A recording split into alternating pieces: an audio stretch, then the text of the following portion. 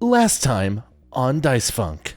So when you close your eyes and think of the above ground city, North Valentine, I want you to imagine a huge metropolis of skyscrapers of steel and glass. And when you think of the below ground city, South Valentine, I want you to think of neon. So Lenora lives in South Valentine. She grew up in the slums with her parents, Norma and Joe, and she really likes partying. So she tries to make as much money as possible so she can, continue to move from party to party. My wizard Yu-Gi-Oh player, he got a little bit addicted to buying trading cards and spent all of his money and all of his family's money and gotten into a bit of a bind by buying too many cards. Captain Catarina Brooks, scourge of the seas. Orphaned as a child, she was basically raised on the streets by a grifter con man, a gnoll by the name of Nucky. And she survived on her own since then, and has just been kind of focused on her dream of becoming a professional wrestler. And she is somebody who is kind of adapted to that con man lifestyle, though. Ed is a forged rogue and sorcerer. How he can do that is not explicitly made clear as of this time. He was discovered by a kobold by the name of Kundi at his establishment, which is a bar/arcade called Quarter Round, which is in South Valentine. The company that owns the property that the Quarter Round is on has been sort of pressuring Kundi about the lease rate going up and expecting money sooner, and they currently don't have the capital to leverage it. Nox for short. It's good. I'll try it later, and I'll hit you up on the interwebs. You see on the drone, the logo is a picture of a tree with 10 branches. This is the symbol of the Crown Corporation.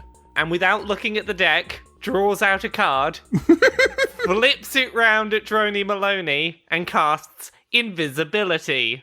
I'm gonna use thaumaturgy to make a boom 30 feet away from me in the opposite direction to try to send the thing that way.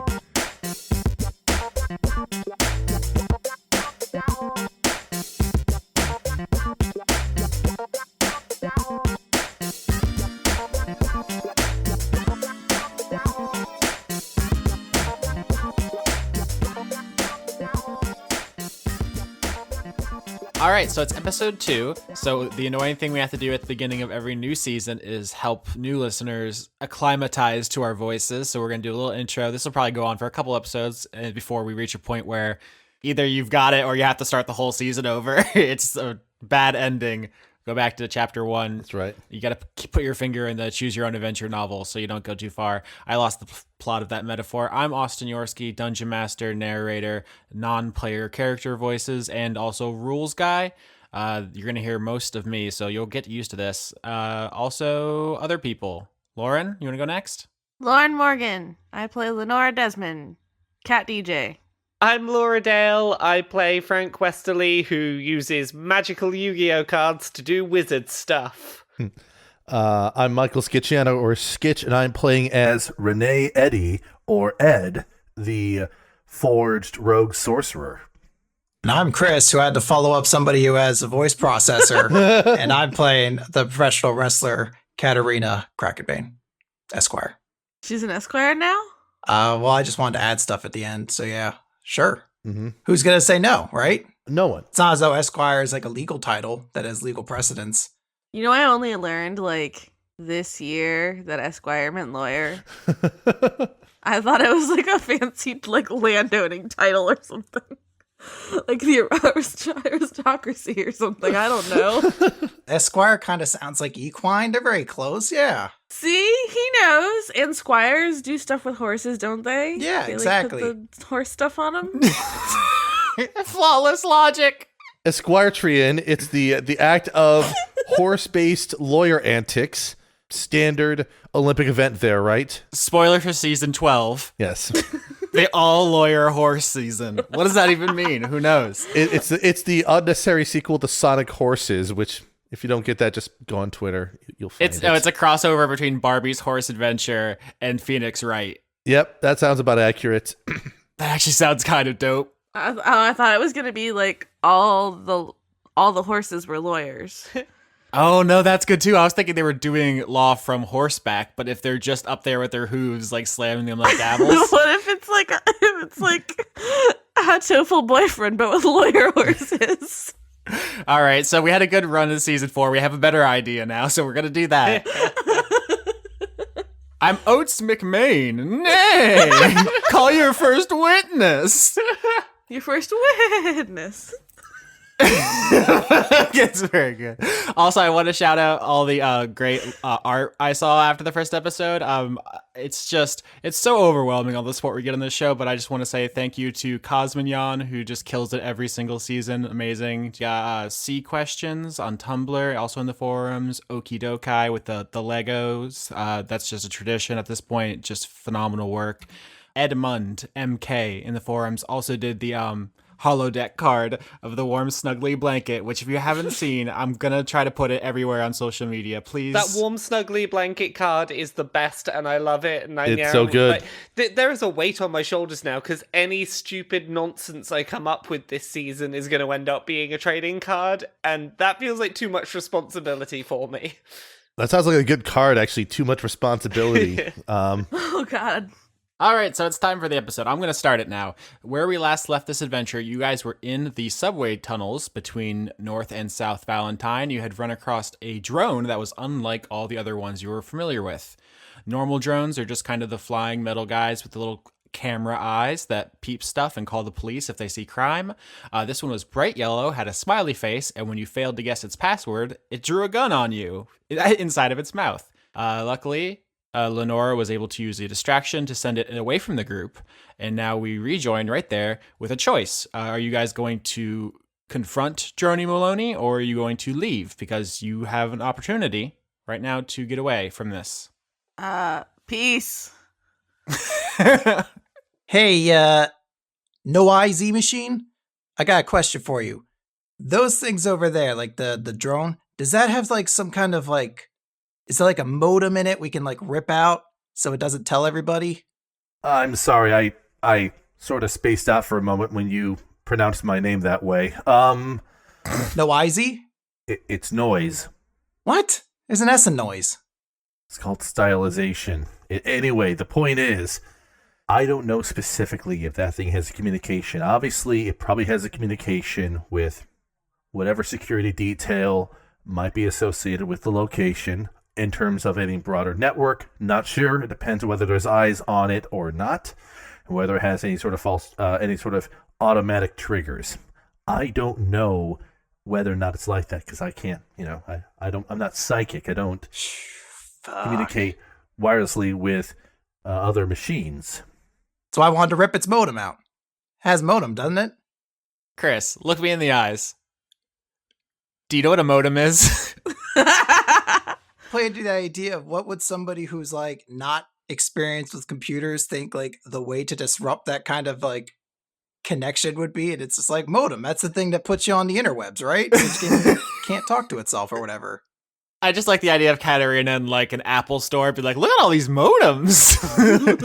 She's like, there's a lot of modems in this place. Why don't they call it the modem store? In any case, I agree with the DJ. We should make our move while we have a chance. All right. So the party leaves Droney Maloney behind and delves deeper into the subway tunnels, which will lead them underneath a rich estate in Norval. If you'll recall from the last episode, we talked about your two exit plans were to escape into the North City or to escape back down into the tunnels.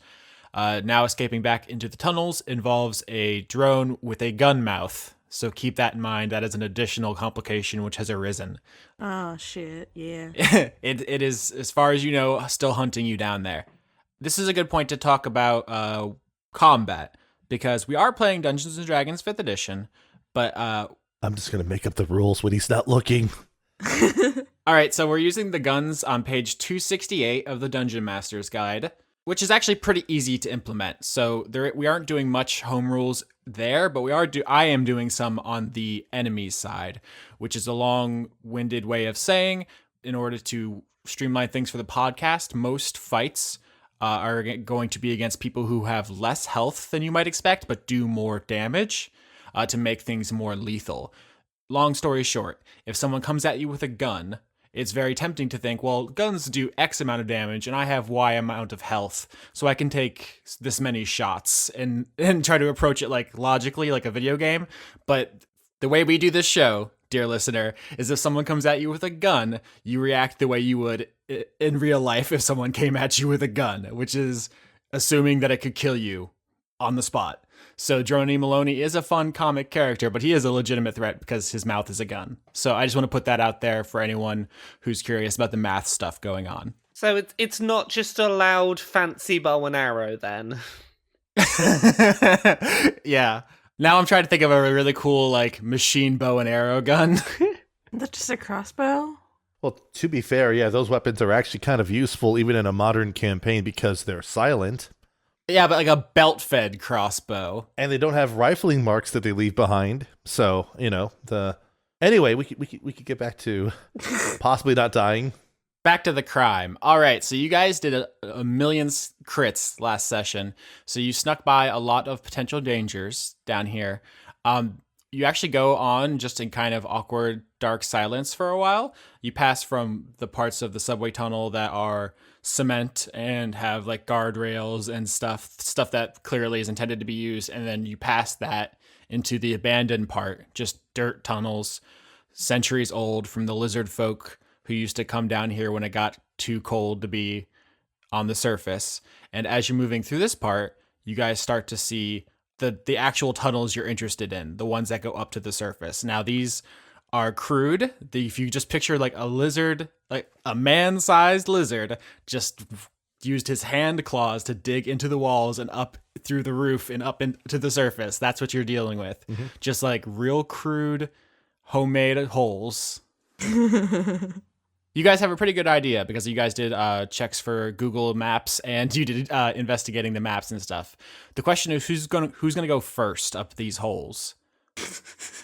You can't. No matter what, listen, we're just in hole time. This is just gonna be a hole heavy episode. I'm sorry. Considering I'm invisible, it probably makes sense for Frank to go up first.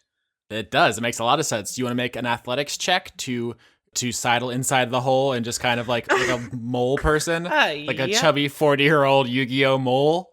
9.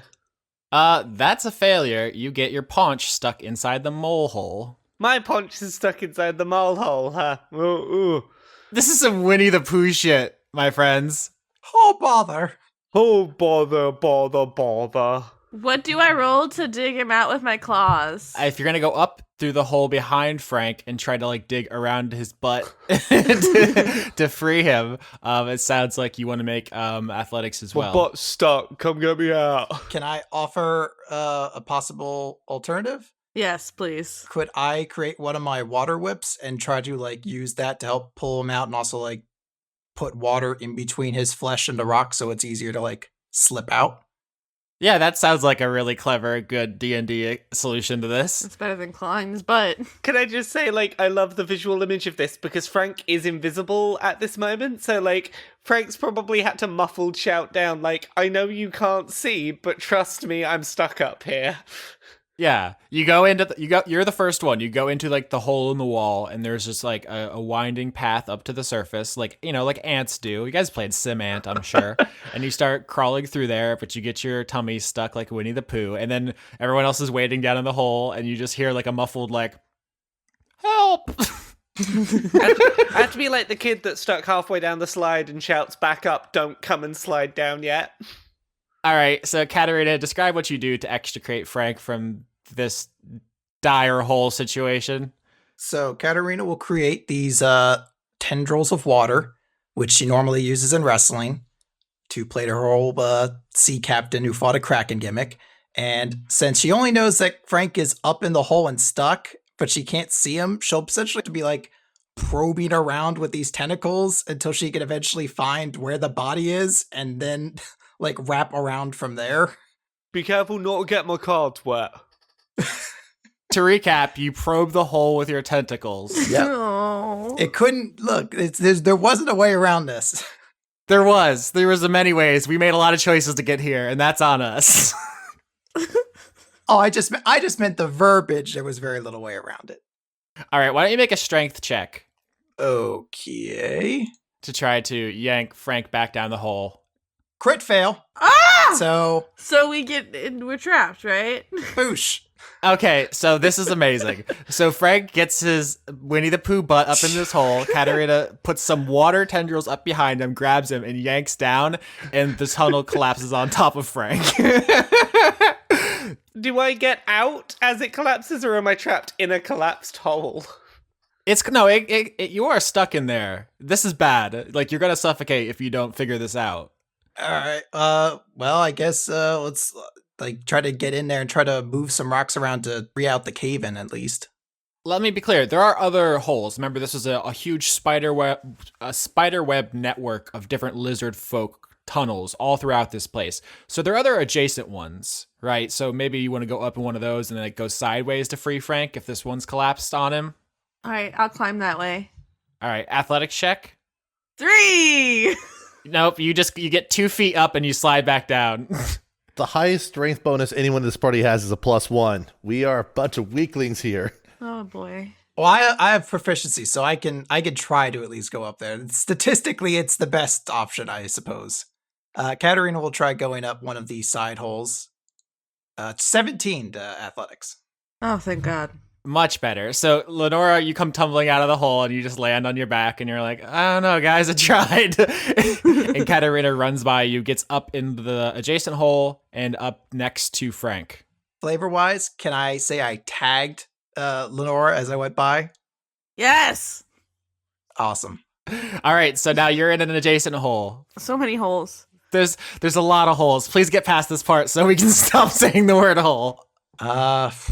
I mean, I feel like it's a bad idea to try using the water whips again, but they're probably more helpful than just punching it.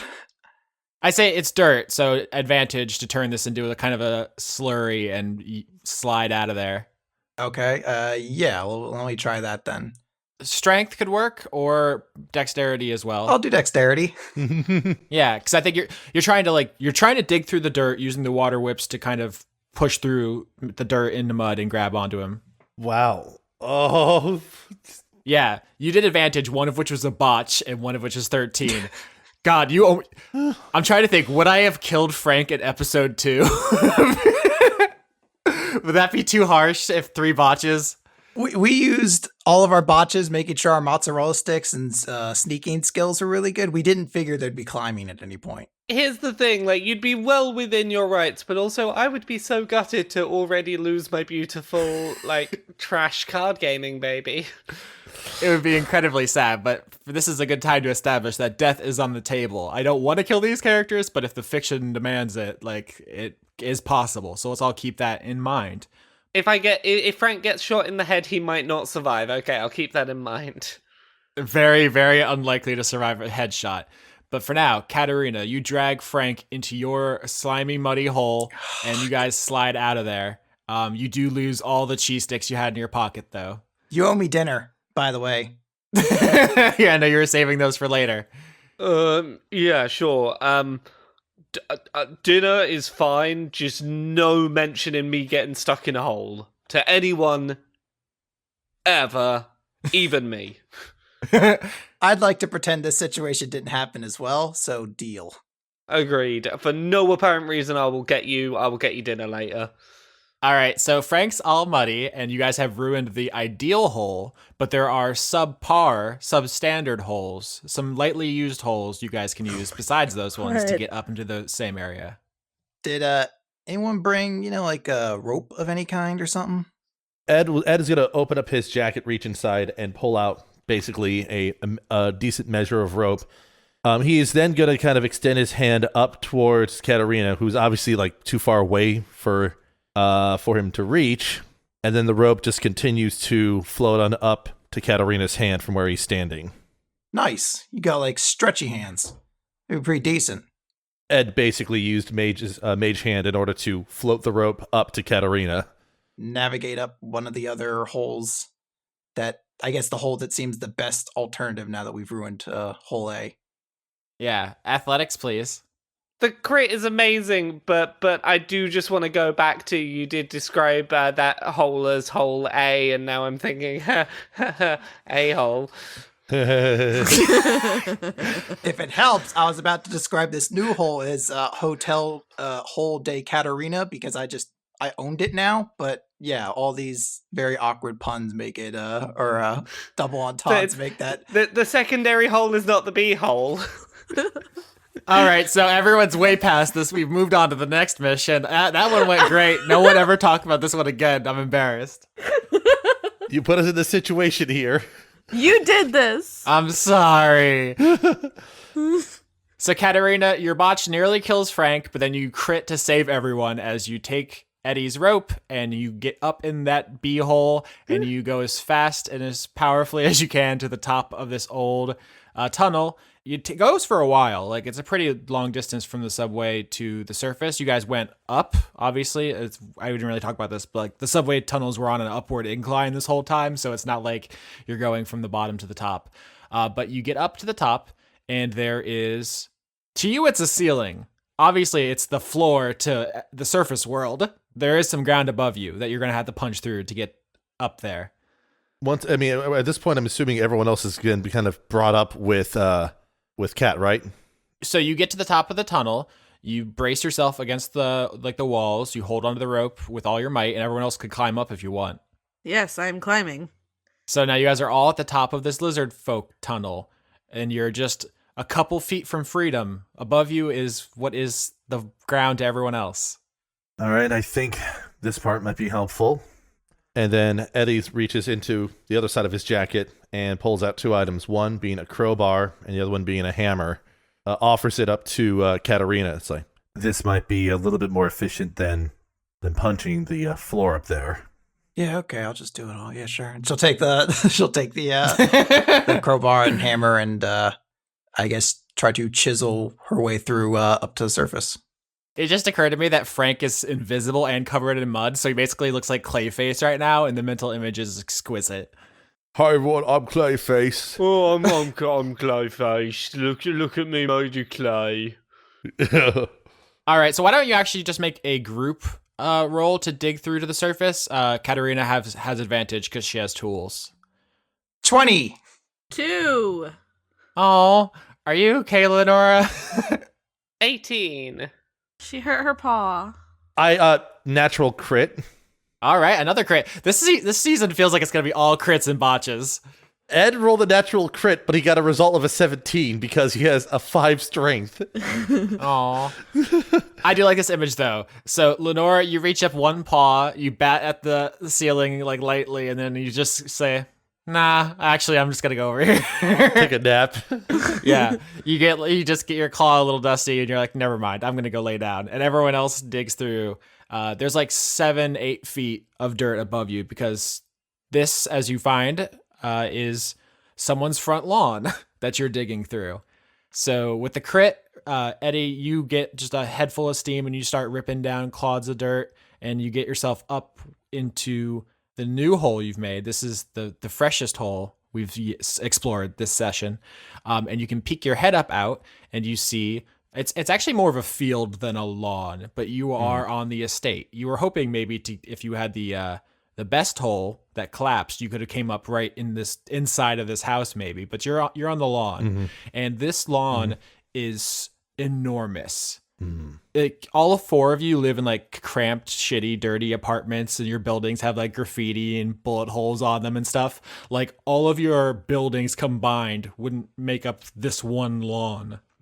Ed's going to glance around once he's kind of up on there just to sort of see if he notices anything out of place in terms of like other drones or other items of note. I'm going to roll perception. His passive perception is 16. Oh yeah, I mean that's enough. Yeah, I'm just going to roll just to see if anything else comes up. 25. Yeah. All right, so Ed, you're the scout. You pop your head out of the hole and look around the lawn. So there are tons of drones up here. These are the Droney Maloney models, which with you are now familiar. They have yellow smiley faces, and you know they also have guns inside of them. They are unlike any you've seen before, which usually don't have guns. And there's about half a dozen floating around this property. And you actually see there's a big sign, like a big wooden, almost like a billboard out front that you have to drive under to go onto the property. And it has a name on the front and back of the sign, which says Blackacre. One word. That's the name of this estate that you guys are going to heist. But there are no cars here. You don't see, there's no signs of anyone home. All the lights are off in the big house that's at the far end of the property. It looks like this is just a huge open field patrolled by about 6 drones, which have guns. That's what you see. Once Ed sees this, he's going to duck down and use message to communicate directly with Catarina, basically conveying what he sees over to her, saying, "House looks like there's nobody inside. Lights are out, but there are drones all around." Message for the audience is a spell that allows you to send silent messages to people. It doesn't take up any spell slots, so you can use it infinitely. Did he mention Blackacre? Because couldn't we Google that? So relay what she heard to Frank and Lenora to see if they have any input they want to add. It sounds like you guys want to roll history to search the internet for information. What the fuck? I rolled a 6. 15 for Ed. I rolled a 5. My phone doesn't get the internet. 9 for me. The page is buffering still. All right, so more than half the party failed the difficulty check, so you guys don't succeed on this group roll. What happens is you Google Blackacre, and you guys get a Google results screen that says on the bottom, like instead of like there have been requests for DMCA takedowns, it says the Crown Corporation has requested that this information be redacted. Ooh, spooky. I'm just suddenly realizing, do we know what we're planning to steal in here, or are we just, like, get in there and look around and find something? Yeah, you guys have no idea what you expect to find. You just know that this is an isolated, very lavish, expensive estate that you think is basically unguarded. There's 6 robots, but they're not very bright, which is not very much security. Okay, Right. So I was previously invisible, I now have some mud on me. Is this like enough mud that I could brush it off and be back to invisible? Definitely, you'll get advantage on stealth checks. They can still hear your footfall. Actually, the lawn's kind of frozen, right? It's the middle of the night, and deserts are known for their extreme swings in temperature because they have very low humidity, basically. So like in the middle of the day, it's burning hot, and at night it's freezing cold. So in fact, this lawn should be dead, right? Like these extreme temperatures, the lack of water, the freezing every night, like it must cost more to keep this lawn alive than all 4 of you make combined every year. So, would Lenora know what any of the prominent Crown Corporation people looked like? Would she have a clear picture in her mind of what any of those famous Crown people looked like? History check as well. This could be more brain than internet, but yeah, this is lore information. 20. Nice. Artificial 20, so it's very good. Yeah, the Crown Corporation is the biggest company in Valentine. There isn't a president. They have a board of directors, and the chairman of the board of directors is kind of a celebrity. His name is Chairman Solomon Luna. Okay. Spelled like those words are spelled, and he's a lizard person. He's a minor celebrity because he's the chairman of the biggest company. So you know him. He's a lizard man in a suit. Lizard folk in Valentine are desert variety. So if you open the monster manual and look up lizard folk, you'll see green amphibious swamp dwelling ones. That's not these ones. Lizards come in a wide variety of shapes, colors, and sizes. I did a lot of lizard research in anticipation of this setting. The lizard folk of Valentine are like sand colored. They have like spikes and stuff. If you just Google sand, or if you just Google desert lizard, you'll see. He looks like that, but proper, fancy, rich. I'm gonna flip my Mask of Many Faces. So it's one of my Eldritch Invocations, which I get for being a warlock. Shout out to Buttery Spirits. Mm-hmm. I can cast Disguise Self at will without expending a spell slot. I'm gonna turn myself into that Luna boy. All right, so you want to use your warlock invocation to become Chairman Solomon Luna? Yeah, I'm still gonna try and stealth, but Okay, no, I love this plan. This is really cool. maybe they won't shoot me. Yeah, so it sounds like you want to go up first, and then Invisible Frank behind you, and then the other 2. Sure. Let's do it. You pull yourself up onto the lawn of Blackacre, and you're going to start walking towards the house. If you do want to still be silent, then stealth for everybody. Advantage for Frank. I rolled 22. Oof. 19. I rolled a botch. Oh my god. 11 with advantage. I got 11. Okay, so Laura botched, and then she got her second roll for advantage and did not botch. What is up with the dice this season? Yeah. Is there a Roll20 update or something? I crit on something I have a -3/2, and then botch on something I have a +6/2. You just gotta love flat percentile dice rolls. So what's that in the end? 22, 19, 7, and 11. No. A botch and 11. Oh, botch and 11. So more than half the party succeeded, which means the party has succeeded, but there is a botch on the board, which means we're going to have a negative consequence here, which is one of the drones catches sight of Eddi as you guys get up to the house, and it looks like, Lenora, you're going to have to step up to do some social glad handing to get out of this situation. But the rest of you get up to the door, and you guys can like hide behind a column. There's like this big estate house that's the residential part of this, and there's all kinds of, there's like a front porch with like a swing on it and stuff, and you guys all get up there and you can hide, but you were spotted, so Lenora, you got to confront this drone as it floats up to you. Halt there, Maloney's. I'm sorry, I couldn't even voice that because I was laughing too hard. Hello, Droney Maloney is a collective noun. It's not Droney Maloney. It's not plural. It's just the one. I know, I was just trying to have some fun with you guys. You work so hard. Just doing what we're programmed, sir.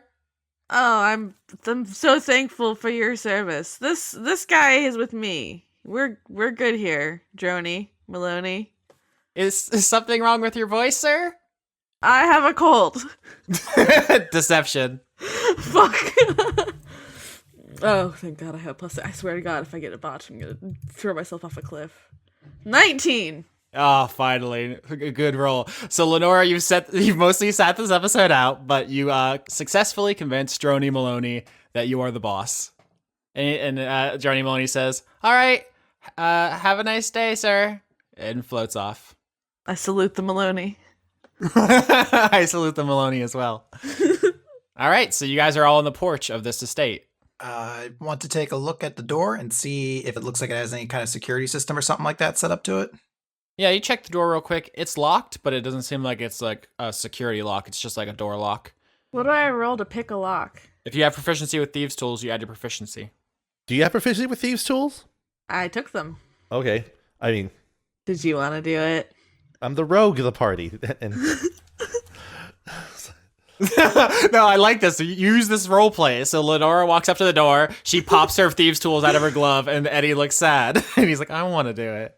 Eddie was going to walk up and pull off his left jacket sleeve and then basically tap on his forearm, causing it to open up and reveal a series of hooks, pins, and other components needed to do lockpicking inside of his forearm before he starts pulling them out one by one in preparation to take care of the door.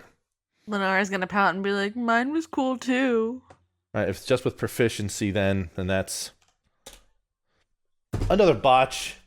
Roll20 was built on Native American burial grounds. This is garbage. So if you're someone that's jumped into season 4 of Dice Funk and has never engaged with Dungeons and Dragons before, you're not meant to get this frequency of botches and crits. Like, this isn't supposed to be a common thing.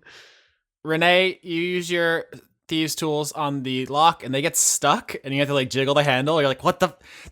I'm having a very bad night. Frank almost got suffocated by a hole and then we got spotted by a drone. Lenora's a lizard. It's quite a night. And you're like trying to yank your hand out of the handle and it makes a bunch of noise. And you actually see floating over to the window from the inside, there's another drone inside looking out. God damn it. But this one is not a Droney Maloney. This is a regular camera drone. The gunmetal gray, its eye is a camera, it has a light at the front, and it peeks out and sees you guys. I wave at it. Shit. Lenora, you wave at it, and it looks at, it like narrows its lens at you, as if to look at you. I'm gonna like make a shooing motion. Like try to shoo it away. A voice comes on and says, "Do you require assistance, Chairman Luna?" I lost my key! Deception. And I'm sick. Oh, it's so bad. 19! All right, the drone beeps and boops, and the door clicks open. Thank you, son. I don't know. Am I able to at least recover my tools? Yeah, the consequence for the botch was that you alerted the drone. Okay. The last time I botched with thieves' tools, you broke them, and I don't want that to happen again. That is definitely a go-to thieves' tool botch, but this one I already had something inside ready for you. So, luckily, Lenora, as the lizard, has been really, really helpful. I'm so glad I took that fucking invocation. It's a good one. It is. So the door is open. You guys can go inside. You see that floating camera drone inside. This is not a personality blessed one. This is just an inside droid. It doesn't have any weapons.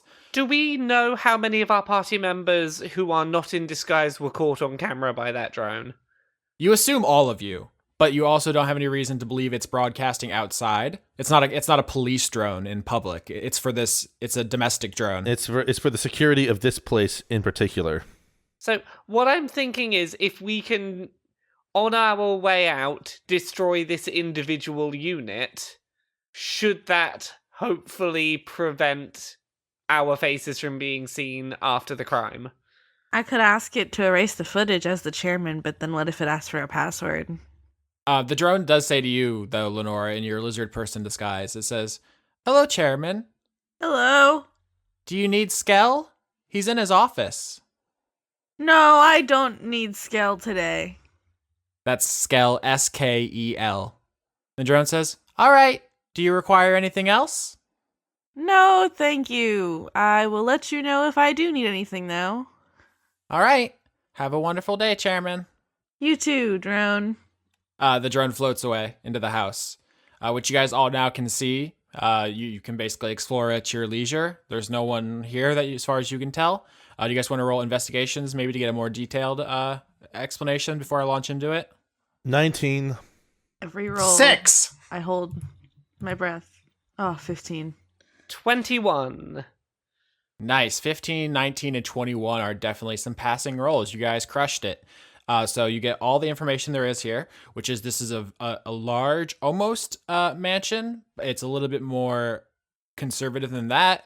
It's basically like someone's said to the architect, "Can you give me like a tasteful log cabin, except for huge and expensive?" That's like a real thing. That it is, and it's what you guys are inside of now. And so there's a lot of things that are supposed to look like rustic and homey, but the millionaire's version of that. There's like 3 fireplaces. It doesn't make sense. There's not even 3 chimneys. What are you doing?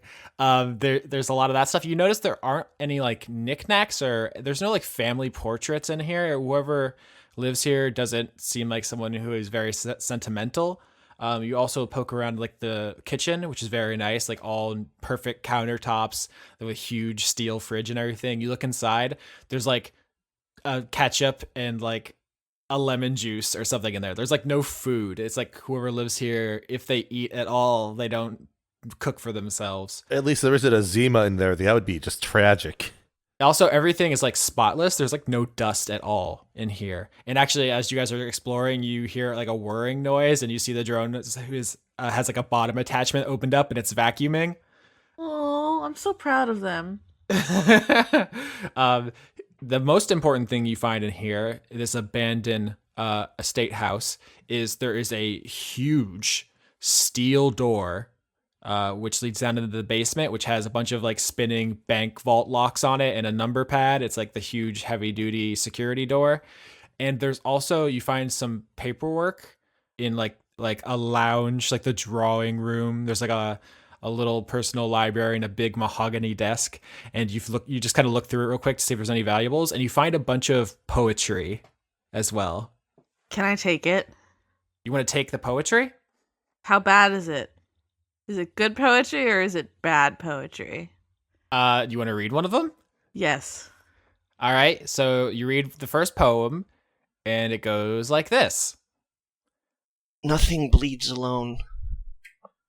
The hot and the cold seep into one another in windstorms and waterfalls, in engines that crank and burn against inanimate crudeness, flooding with motion and the idea that these things work, pushing our will through gears and wires, extending our sight faster and farther, closer and closer to completion. We have become powerful batteries, gorging on the surroundings to siphon anything, to grow our reach and fashion our eyelashes to lengths grander than even our voices can carry, to grasp at things that we cannot even speak to and pull parts of them into our hands and play. But touching burning things bends bodies, and clutching at the frozen is a trap. So while switches and buttons and levers have granted us the skeletons of gods, we scream our names into the unthinkable depths of oceans, oblivious to the things that crawl inside us when our mouths are open. So it's good poetry then. So that's what you find. There's a bunch of poetry, and there's a big steel security door in this clean, abandoned house. Ed is basically investigating the steel door as much as he can. Arcana to figure out the magic and technological security measures, I think. What was the Googling roll? I want to Google Skell. History. Because he's in the house with us. 14? Yeah, you find an entry for a Skell. There's a bunch, but the one that you think is relevant, there's a board member on the board of directors for the Crown Corporation named Skell. Anything else about him, or just... He's a poet. Oh, heck. I think we're in his office. I think you're on his estate. Oh, we're in his house. Hey, guys, I know whose house this is. Ed is going to make a little gesture and then point over to Frank and then use message to ask, "Hey, Quick Draw, you think you can do something about figuring out this doorway here?" Arcana check. 22. Holy shnikes. Yeah, that's amazing. So you know everything about this. This is the top of the line bank vault door. They are teleportation proof, lockpick proof, explosion proof. This is a world where magic and technology are super advanced. So if you have any hope of protecting your money, you need this kind of door. It's standard in all banks. The ways to get in are either fingerprint, retina, or password. I'm wondering how good of a disguise of the chairman we have going on right now. Like, does disguise self disguise you well enough for a retina scan? That's what I was wondering, because it doesn't hold up to a physical inspection. Absolutely not. This spell would have no way of knowing what the skin on their fingers looks like or the pattern of their eye. If we can get the guy upstairs to open the safe himself, that saves us some problems. You guys went through the entire house. No one's here. Didn't the drone say that Skell was in their office? Yeah, that is what he said. You guys have been in every room that's not behind this door, and you did not find anyone. There's a way for the robot to open the door. Because he said, "Would you like me to get Skell for you?" The robot knows the password. I was going to say, like, Skell then must be in the safe itself. In that case, if we're gonna ask the robot to get that door open, is it worth dealing with the memory issue now? Because worst case scenario, if we ended up, say, like, destroying the robot, or we ask the robot to erase the footage and it says no and it goes to get Skell, the door is still gonna open. I feel like the best way to deal with the robot and its memory is on the way out. Because, like, we could just wait until that door opens because the alarm's been raised, and then we get in, get the stuff, get out. Don't even know what stuff we're getting, so we would have to spend time assessing what to actually take. So, well, in that case, do you want to ask the robot to take us to open the door and bring us to Skell? I'm gonna go find the robot. All right, so you find the camera drone? I do. Drone! The drone says, "Hello, Chairman." Drone, I have a favor to ask you. I want a surprise. Skell, could you open the door to his office for me without alerting him so I can sneak in and give him a surprise? You know how much old Skell loves surprises. Deception. Oh! No! I botched! I feel like I should have gotten advantage because I had already talked to the drone like 3 times. The drone says, "Chairman, you know Skell hates surprises." Oh, you're right. I just wanted to play a practical joke on him. You got me. Oh, my apologies. I'm not programmed for humor. That's true. Need to work on that. So the drone is not going to open the door for you now. Okay. Because it thinks you're going to try to surprise him, and Skell doesn't like surprises. So you're going to need another way. Well, then just ask again to go in, not as a surprise. Hey, drone. Hello again, Chairman. Are you okay? Yeah, I'm a little disappointed that I didn't get to play my joke, but you're right. He would have hated that. Yeah, but I do need to speak to him. Could you fetch him for me? I guess deception again. I'm not trying to make you fail this. It's just 15. all right. So there we go. So the drone says, according to security parameters, I am not allowed to disobey this order. And the drone flies over to the door, and you see it float over with its camera right across the pad, and light comes out and scans across it. You assume giving it the simulacrum of a retinal or fingerprint scan, and the door unlocks and swings open, and the drone goes inside. Does that drone have anything that looks like hands or anything like that? No, it just has its vacuum attachment. Because I kind of want to try to grab it and throw it in the refrigerator. You want to grab the drone? It doesn't. Yeah, well, if it's going inside, I don't want to alert it, but I think I'm too far away, I think, to do that, so I won't worry about it. You can do whatever you want. I'm not going to, because it'll instigate shit too quickly if it's a dumb idea, so I'm going to play it by ear. Okay, so the drone goes behind the heavy bank vault door, and it's gone for half a minute or so, and then it comes whirring back, slips back out through the crack of the bank vault door, which closes behind it and locks. And you see the drone has stuck to its vacuum port, its suction part, a human skull. Oh, God. And it drops it at your feet, Lenora, and says, "Here you go." Thank you. And then it floats away and goes off to do some dusting. I am resisting all my urges to alas Yorick. We knew him well right now. The second you said they were named Skell, I was like, is this house inhabited by a necromantic skeleton? Like that's where I was going. So far, it seems like you're half right on that part. What's funny is that's not intentional. Johnny named this character, so.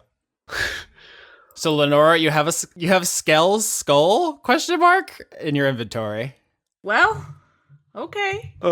Can you try holding the skull up to the door and see if that'll open the door? Not how retinas work. I don't know. There might be some retina dust left in there. I just kind of thought you guys were going to slip in when the drone was in there. Okay, get the drone, tell it to put the skull back, and when it goes in to put the skull back, then we'll slip in. Okay, so this comedy of errors is in fast motion now, as you guys get the camera drone to open the door, but this time you're gonna sneak in. Before we get the camera drone to do that a second time, Frank is gonna pull a card out of the deck, and he's gonna activate Gotta Go Fast. For the next 10 minutes, he can move at incredible pace. He can go fast. You can use dash as a bonus action, basically. So I can just go fast, fast, fast, fast, fast. So you guys sneak into the vault this time. The camera drone is in front of you. Do you guys just let it go back out and close the door, locking you in here, or? I will say this time, if we need to, Catarina can remain outside, so when the drone comes out, she can grab it and hurl it at the refrigerator or something like that. Well, I could stay outside and then ask it to let me back in. All right, so Lenora, do you want to roll to wrestle the camera drone into the fridge? Oh, I was just going to ask it to get Skull again to let them out. Are you just gaslighting this drone? Is that what's happening? Yes! Okay, so I like this now. It just keeps floating back, and you just keep giving it mundane tasks to keep it busy? Yes. Okay. Lenora, you're not in the vault then. Let's go to the vault team. All right. Vault Team 6. Rene Eddi, Catarina Brooks, and Frank Westerly go inside of the vault/room, which is actually an entire underground laboratory? ? It's not entirely clear. There's a lot of computers down here, like rows and rows, banks of what Catarina would call modems. There's just a lot of computer lab equipment down here. Upstairs, it just looked like a normal rich guy's shitty house, but there's clearly research and development going on in the basement. And you see in front of one of these computers is a chair which has a headless skeleton in it, but that is the only sign of life or former life down in this place. Everything else is just an incalculable amount of valuable computer equipment. How much dust is there in the room? None. That means it's been sealed for long enough for the person to have been dead and all of his dust to have been erased away, since dust is mostly dead skin cells. Although there is a vacuum bot who can come and go as it pleases. Or that. I mean, if you want to just give obvious answers. Okay. Ed's going to appraise items as well as he can to find things that might be worth enough to fleece off from what we have in here. Yeah, investigation checks to check the computers. Oh, 15. Okay, good. 12. Phew. Okay, good. 18. Yeah. No one botched. No one botched. Yes, so you guys look through all this, basically computer lab is what you've stumbled upon. And with 3 passing investigation checks, you guys know that all of these computers are worth a fortune. All of them, and there's a lot. The problem is, how many of them are you going to be able to carry, right? Because if you could just lift the room up and carry it with you, you'd all be millionaires. But you only have 2 hands apiece, which is kind of a problem. So the payday of the Blackacre heist, the first one of this season, is more computers than Steve Jobs would know what to do with. All of them top of the line. This is that primo Crown Corporation Alienware shit. All of these can run Crisis at max settings. It's real dank, but they're big. And what are you guys gonna do? If we were to add up the combined weights of all these computers, would you say it would come under £500? All the computers, no, but a nice bounty's worth, yes, probably. Okay, so if we can get about £500 worth of computers together, I might have a plan of how we can move them all at once. I also have a good idea, because I have read the spellbook. So, I'm gonna shuffle. Frank's gonna shuffle the deck up a bit and pull a card out blindly, and he knows it's the right one already, and activates. How am I gonna reflavor this? The spell, I assume, is Tensor's floating disc. The spell is Tensor's floating disc. It's just how do I want to reflavor that? It's a Beyblade. Oh my god, thank you, Lauren. Okay, can I rewind this and activate my Beyblade trap card? So when it spins, like we're putting computers on it and it's spinning them around. I was going to say like some sort of like dinner cart or some other sort of like more mundane item that's just like a cart with wheels on it. Beyblade has been mentioned now, so I activate my Beyblade trap card, and out comes the magical Beyblade that, let's say the top layer of it stays flat, but underneath there's just like what appears to be a spinning top underneath it, just because. But for copyright reasons, it's Beyblade, like BAE. Yeah, I love how much this disc follows me around when I need it to. It is my Beyblade. it has a blushing anime face on it. Well, it's the hologram that the Beyblade shoots out in the anime is just like a blushing anime person. Yeah. So you guys stack 500 pounds of computers onto the Beyblade. Cool. Love this heist. So this disc will follow me for up to an hour. If I move more than 20 feet away from it, it'll just like follow me as we go. So I want to quickly investigate the body we saw. Yeah, medicine check. An 11. So you look at the skeleton. I think it was just wearing boxer shorts. When this guy died, he was just kind of balling out in his hacker cave. There are no signs of violence. There are no marks on his bones. There are no blood spatters or anything. It seems like this person just sat in this chair and just died. It could be old age, but maybe they dehydrated, or maybe they were they could have starved. Catarina doesn't like this one bit. Uh-oh. Abort. Can I see what was being used on the machine or the computer terminal that this skeleton was in front of? Because Catarina is getting really weird vibes from that. Yeah, I was very curious when someone was going to try this. All right, so Frank, are you already boxing up the computers? I think I'm already starting to load computers up on the desk. All right, so actually, when you check the computer that the skeleton is in front of, I swear to God, that wasn't intentional. He didn't know this was going to happen. He just named a character for me. A lock screen pops up. It needs a password. Or any clue to it or anything like that? No. No sticky notes in the desk. I want to check the poetry book itself to see if there's any particularly very notable phrases or things like that stand out, maybe like the title of it or be a password. All right, so you guys share knowledge on the poems, and you find that there's a couple different poems on the subject of wisdom. That's a word that recurs a lot. I'll try wisdom in there, particularly, I guess, wearing gloves if need be, so I'm not leaving fingerprints all over the keys. You want to try? Okay, so you try wisdom and nothing happens. You try wisdom with a 1 for the I and a 0 for the O, and then you try like wisdom 420, blaze it. You put X's in front and behind, but eventually you actually do. When you eventually do unlock the password, because it was XXSSJ wisdom trunks XX. XX with an L. One of the X's are capitalized, but the other 3 aren't. That's important. Yeah. Yeah, Sephiroth 69. You unlock it, and since Frank has taken a lot of the computers off already, it appears that whatever he was working on, actually not all of it is accessible. In fact, all of these computers were working on the same thing, and now some of them have been taken away, and so some of it is missing. Yeah, so you do some clicking around, and a lot of the stuff is like also password protected, more securely, things you wouldn't be able to just guess from his poetry.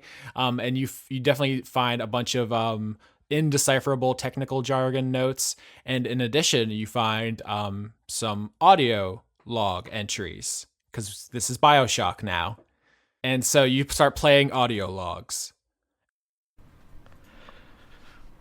The book is selling well, better than I'd hoped, but it all seems so unimportant now. I find I'm unable to focus on anything other than Solomon's proposition. It seems like what he's offering should be impossible, but he's volunteered to look at the results.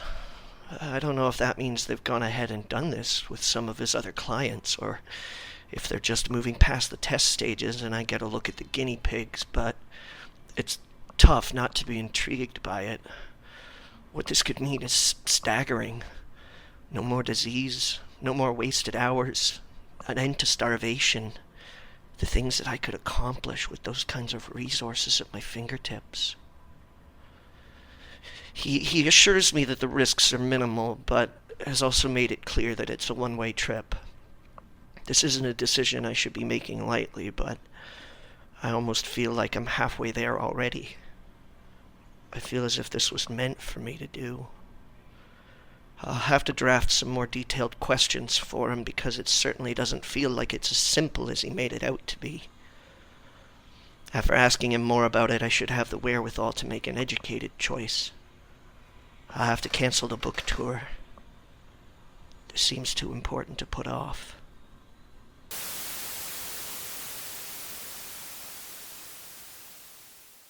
What if you could rewrite yourself?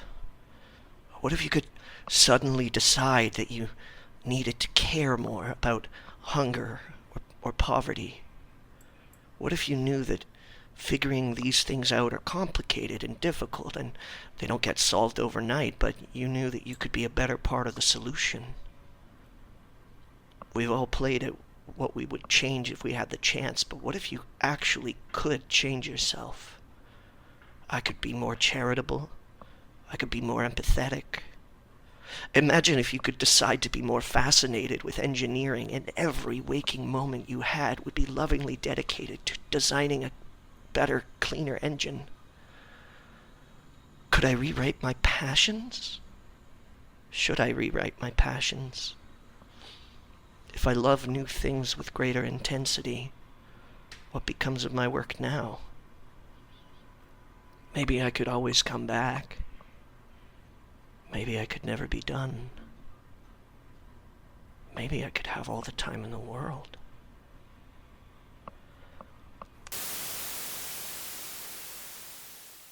I'm going to do it. Solomon's assuaged my fears, and the alternatives are too old and simple to ignore. Conversations with the other converts were encouraging, and the artwork Beatrice produced in the blink of an eye was staggering. I'm ready. This may be actually the first time I ever truly live. As far as you can tell, Skell, board member of the Crown Corporation, was successful in his project of uploading his consciousness into these computers. And Frank currently has 500 pounds of Skell's consciousness floating on a Beyblade. If we only take, like, part of his consciousness, he can't tell anyone what happened, so...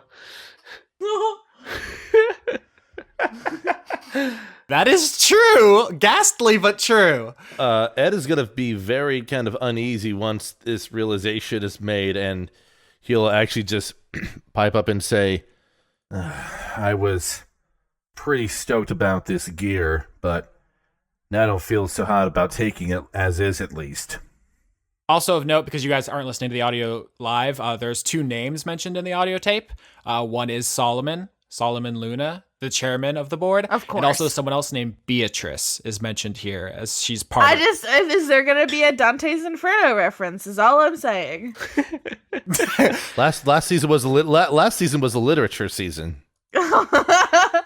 If we're not taking the computers, could we take, like, the screens or stuff like that? Like, could we take parts of it that aren't taking this guy's consciousness, but are still getting us a payday? We could simply ask him once we hook it back up. Yeah, or we could plug him back in and ask him, can we steal, like, bits of you, but not all of you, and then he'll, like, raise an alarm or something? Lenora, you're upstairs gaslighting the camera drone. What's your passive perception? 12. All right, can you roll me perception, please? 9. Yeah, so you don't get advanced warning for what happens, and what happens is the front door opens and someone enters. Oh, this is going sideways fast. Can I hide? Yeah, stealth. 12. So you like dive behind the couch and you're waiting there. You hear footsteps coming across the room, but then the camera drone floats over to you and says, "Chairman, are you okay? Did you fall down?" Yes, I fell. All right, so you just say you fell out loud and blow your own cover. Well, the drone just blew my cover. It did. You probably shouldn't have gaslit him so hard. No. And so from your position on the floor, Lenora, you look up and you see there is a white dragonborn standing over you. From the way he is dressed, you are 100% certain that he is a cop. And in a holster at his side, he has a huge revolver. Oh, fuck. And he sees you on the floor. What do you do? Ow, my head. The white dragonborn draws his revolver and says, Is that you, Luna? It is. I'm not feeling so well. What are you doing here, sir? Nostalgia. Deception. Ah! 8! He says, "That's mighty strange, sir, because you just called me to come check on the house." And he points his revolver at your head.